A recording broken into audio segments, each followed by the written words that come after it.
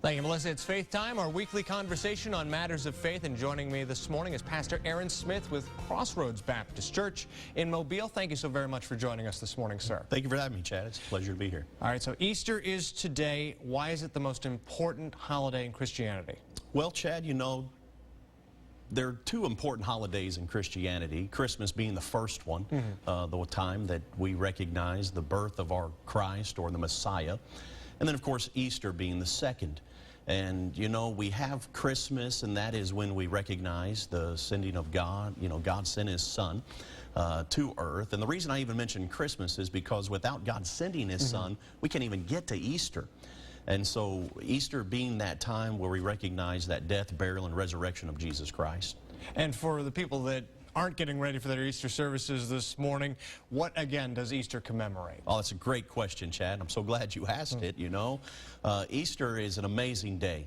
It's the day, of course, as I just mentioned, that we recognize that God sent His Son and that He was crucified on the cross of Calvary.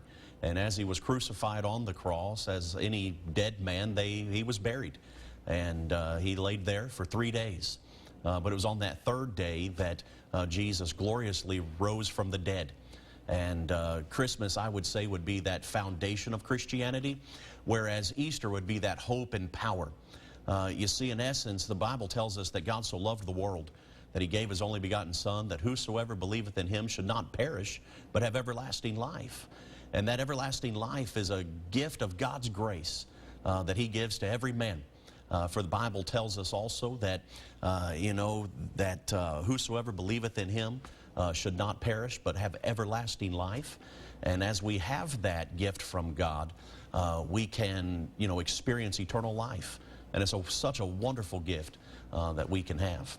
Now, this is one of those days where a lot of people who may not normally go to services will go to church on Easter Sunday. Why do you get a little bit more of a presence on this day? Well, you know, a lot of it has to do with religious tradition.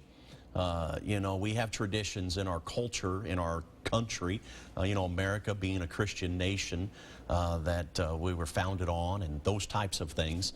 So I find a lot of people going out of tradition, but I tell you, I'm seeing in the 17 years that I've been doing this in ministry, I'm actually seeing that trend change.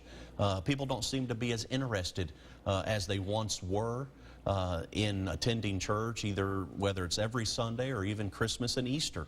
And I think it's because in our culture today, we seem to be in search of something new. And in searching for that something new, we're not really interested in the old traditions of our grandparents or their parents.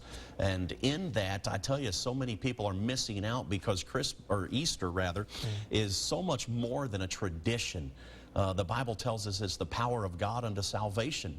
And what I'm thinking is so many people are missing out on that because it is a time that they could actually find that something new that they've been longing for. And as a pastor, how do you reach the folks that don't normally come to services who might end up in your church today? Okay.